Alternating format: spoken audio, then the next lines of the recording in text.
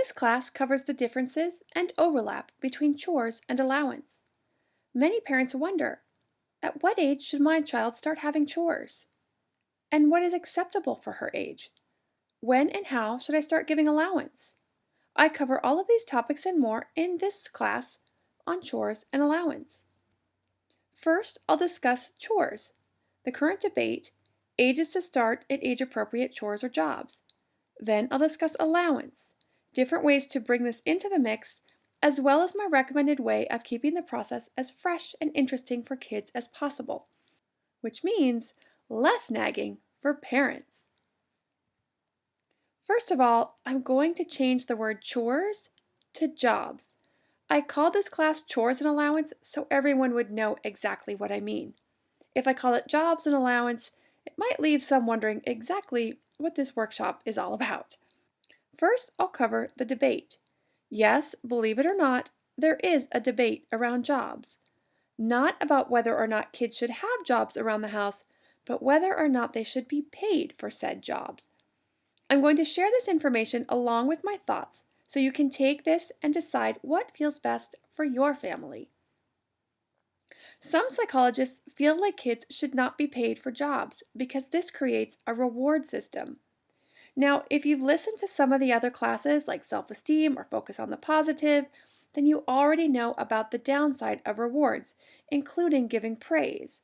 But if not, the issue that a lot of research has found with rewards is that it puts the focus on the outcome. It tends to diminish the drive and ambition for the process or action. So in this case, it risks the child focusing on the pay and diminishes the interest in a job well done, which before long can then increase the chance of turning the whole process into a battle.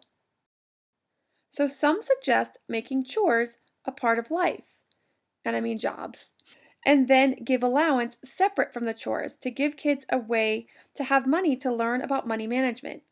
In some families, parents will give allowance, but the kids are required to buy their own toiletries, clothes, or other necessities.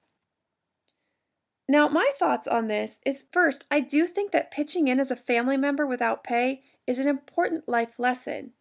It teaches we are family, we all pitch in, we all help each other out and work as a team. If you decide you want to pay your kids in exchange for doing jobs, I think there should always be some jobs that are done for no pay as a contributing family member. When it comes to paying kids or giving allowance for jobs, I think this is a great way of teaching kids about the idea of working for money. But if you have a kid who's super hardworking in school or has an outside job, and you feel like this child already has a strong work ethic, then this may not be necessary. And the idea of jobs as a part of a family and allowance separate from the jobs to spend on necessities or to learn about money management could work out well for these types of families. Now I'm going to discuss recommendations for jobs by age, and we have a handout called Jobs by Age that goes along with this workshop on a list of all the ways kids can help around the house that's broken down by age. Starting around 18 months to 2 years, many toddlers start to exhibit helping behaviors. You can cultivate this by allowing your child to help.